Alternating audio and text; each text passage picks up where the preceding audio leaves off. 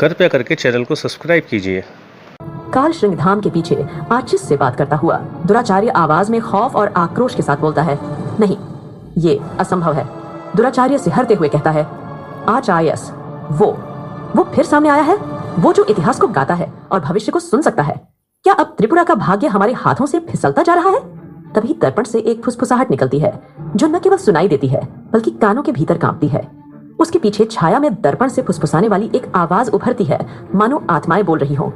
दर्पण की छाया कर्कश स्वर में बोलती है, यूसेन के जागने से सिर्फ सिंहासन नहीं हिलेगा बल्कि पूरा त्रिपुरा ध्वस्त हो सकता है।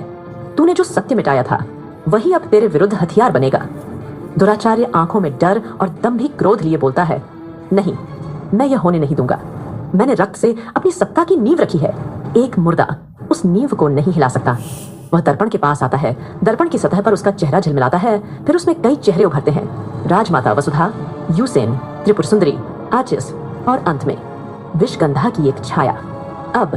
अब समय है उस अस्त्र को पुनः सक्रिय करने का जिसे युगों पहले एक नींद में डाल गया था। विषगंधा, पूर्व चेतावनी। दर्पण की सतह कांपने लगती है। अचानक वह एक अलग चित्र दिखाने लगता है, कई दशक पुराने दृश्य जहां एक युवा दुराचार्य राजा कीर्तिवर्धन के साथ नागमुद्रा संगठन की दीक्षा ले रहा है। युवा दुराचार्य भूतकाल में दिखाई देता हुआ कहता है, मैं राज्य की रक्षा करूंगा, चाहे इसके लिए मुझे राज्य ही क्यों न निगलना पड़े। फिर वही दृश्य, विषगंधा की कैद उसके लिए बलि दी जाती है। एक स्त्री जिसका चेहरा स्पष्ट नहीं, जिसे शार्प दिया जाता है, जिस कारण उसे कैद कर दिया जाता है, पर उसकी चीखें दीवारों में अब भी गूंजती हैं। दर्पण की छाया वर्तमान में दुराचार्य से कहती है, तू उसी पीड़ा को फिर से जगा रहा है। वो शाप जो एक औरत की आत्मा में समा गया था, तू चाहता है कि वह फिर सांस ले, फिर त्रिपुरा को जलाए। दुराचार्य गुस्से में आंखें चमकती है, कहता है, अगर सत्य और न्याय जाग चुके हैं तो मैं उनके लिए विष को हवा बनाऊंगा।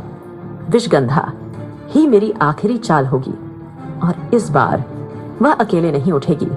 वह अपने साथ पूरी त्रिपुरा की सांसों को घसीटेगी।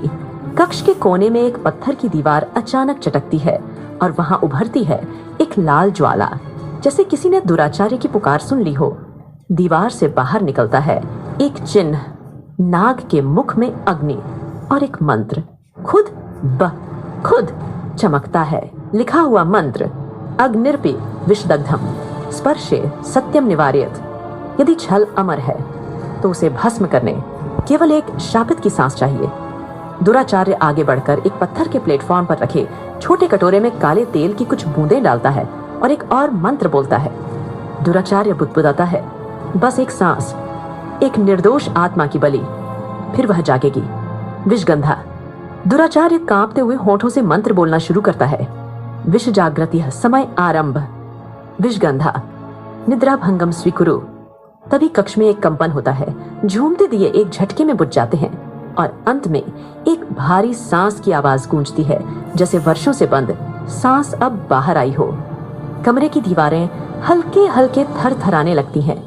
दर्पण की छाया फिर फुसफुसाती है।